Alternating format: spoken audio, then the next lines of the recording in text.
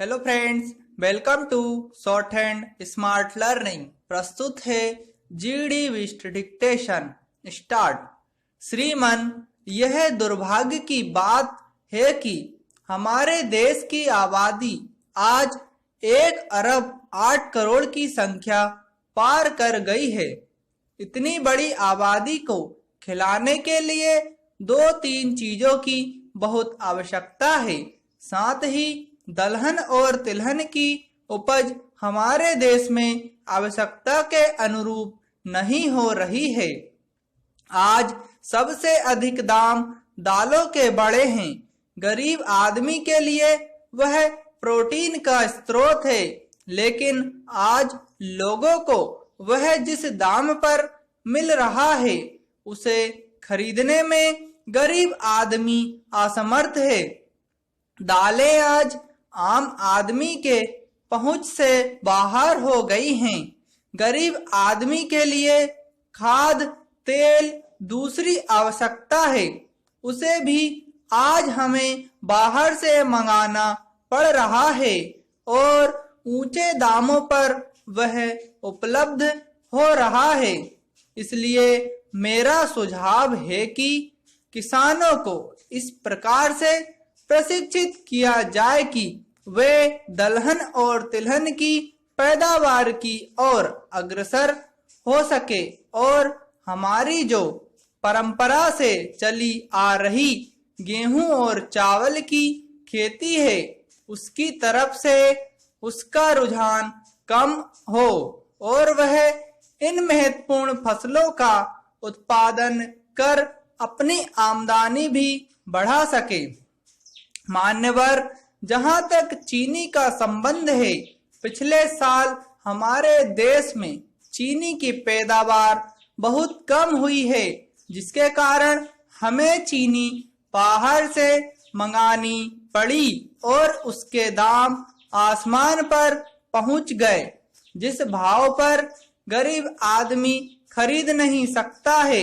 एक तरफ किसानों को गन्ने की उचित कीमत समय पर नहीं दी जाती है और वह गन्ना अधिक पैदा करता है, जो उसका गन्ना मिट्टी के मोल पर बिकता है, जिससे निराश होकर वह अगली बार गन्ने की फसल नहीं बोता, जिसके कारण ही गन्ने की पैदावार कम होने से चीनी की कमी देश में होती है।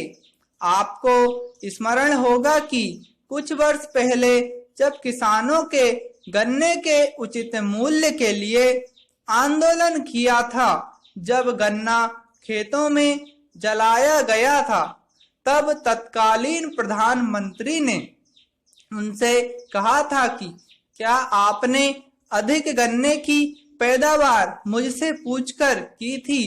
इस तरह का रवैया यदि सरकार का रहेगा तो किसान क्या करेगा? सरकार को किसानों और गरीबों के हित के लिए एक सही नीति अपनानी चाहिए, जिससे किसान को अपनी पैदावार का उचित मूल्य मिल सके और गरीबों एवं मजदूरों का भी भला हो सके।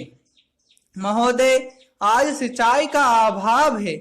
हमारे देश का केवल 40% क्षेत्र सिंचित है, बाकी ईश्वर के भरोसे पर ही चलता है।